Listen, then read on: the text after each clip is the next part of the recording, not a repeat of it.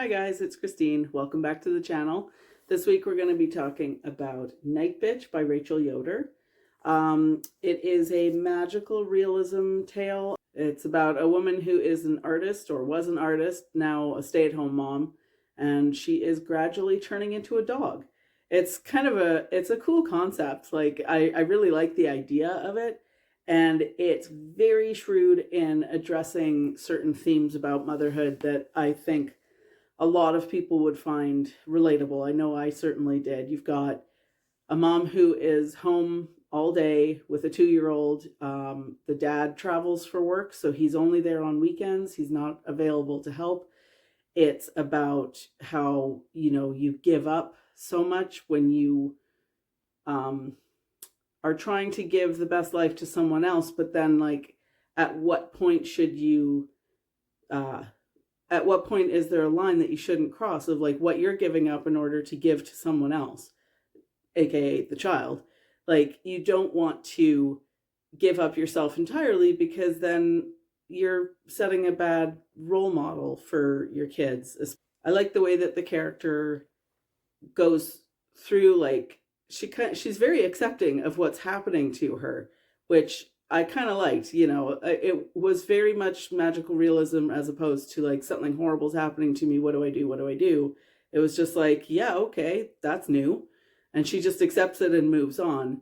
Then she finds a book at the library called Field Guide to Magical Women, a Mythical Ethnography, and starts reading about all these different types of women who have become kind of magical creatures. It's a pretty good story. I enjoyed it. I did think it was a little slow at times, but I liked the themes of it. I liked what it had to say.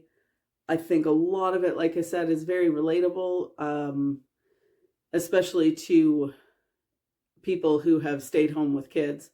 It can be incredibly isolating. Like, everybody wants to talk about all the wonderful things about motherhood and how you should feel privileged to be able to do this. And, oh, aren't you so lucky that you get to stay home with your kid all day? And I like that it addresses, no, it's not always good. Sometimes it's okay to not like being a mom. It happens, and there's a lot of good themes in it that I really related to. It does feel like in the world, just in general, there is always, what's the right way to put this? We're always criticizing women for everything. If you decide to not have kids, there is an expectation, a societal expectation, that you need to be married and have children in order to be a complete person, which is horseshit, and we all know it. And as someone who had kids later in life, I experienced that, but I also experienced the flip side of that, which is, if you decide to have kids, you're conforming to society and you're boring and you're just becoming a sad beige mom. And that hurts too. That hurts just as much as the idea that you're not complete without kids, the idea that you're somehow lame for having kids. And it just feels like you can never win. There's always going to be this argument. And I like that sort of the theme of the book is just be who the fuck you're going to be. Like, don't worry so much about what that means for everybody else around you. There's a movie that is based on the book, stars Amy Adams and Scoot McNairy. The mom and dad in it, in fact, all of the characters, like the central characters, don't have names. It's just mom, dad, kid. You never find out their names. And I thought the movie did a good job, but it felt it lacked something that the book had. I'm not sure. I couldn't put my finger on what it was, but I think the high concept of the book really sold it, even though, like I said, it did drag at times. I would give it like a solid 3 out of 5. I don't think it would be, it's not a great book, but it's certainly good. And the movie was good, but just didn't quite capture it. I know that there is a scene in the book that I'm not going to get into the details, but it was horrifying and disgusting, and it was one of the most savage things I've ever read. it gives American Psycho a run for its money on most disgusting scene I've ever read in a book. And the scene in the movie is very much glossed over. And I think that's probably a good call. But it's that kind of thing. Like, the book went just a little bit further than the movie did. So I kind of like that. Overall, I think it may have worked better if it had been a novella, like maybe just a little bit shorter. It's not a very big book, you know. It's, let's see, it's only 238 pages. Like, it didn't take long to read. But because it kind of dragged at times, I do think maybe it would have worked a little bit.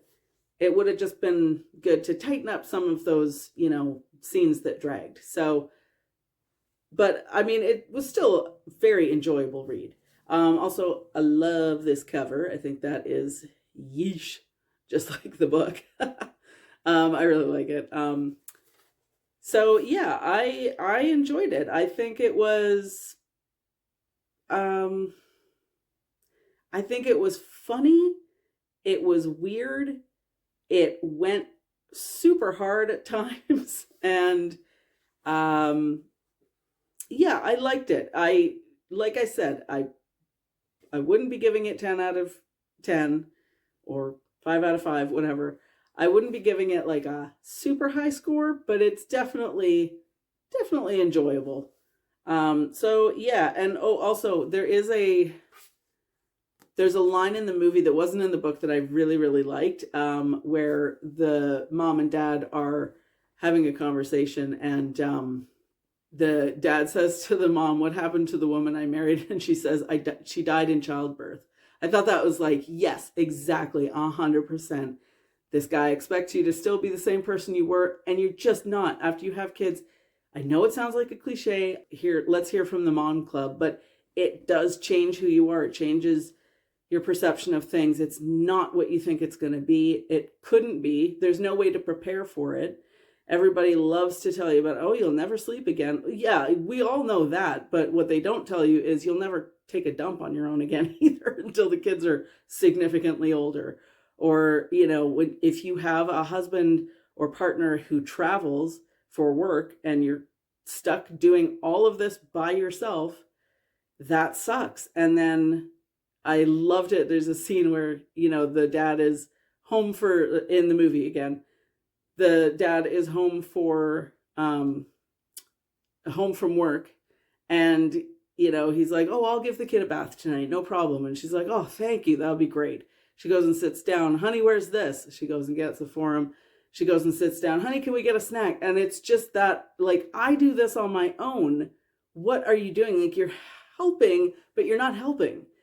And I like that it wasn't him telling her that, oh, you need to do this and you need to be a better mom, or this is what mothers do, and blah, blah, blah. He wasn't necessarily the problem, at least in the book. That is one area where I felt like the book really had an advantage over the movie, because the movie's very much more normal with its approach on, like, the parenting dynamics between the mom and dad. The book, the dad is a little bit of a weirdo when they first meet. Like, it talks about how they were when they first became a couple, and he is kind of a weird guy. So it's not him that's making her quit her job at the art gallery. It's not him that's making her stay home and cook meals and everything. It's something that she wanted to do, but she was very much unprepared for how hard it would be. And I like that it wasn't just typical, like, oh, this guy's a crappy husband, he's not very nice to her, or whatever. That's too obvious. And the book wasn't obvious, and I like that. It kept me guessing. The ending was real weird, which I like.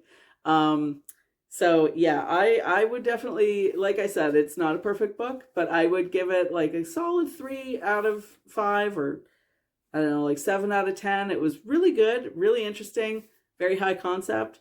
And yeah, the movie also, it's okay. It's good, but it's not great. So anyway, Nightbitch by Rachel Yoder. Check it out.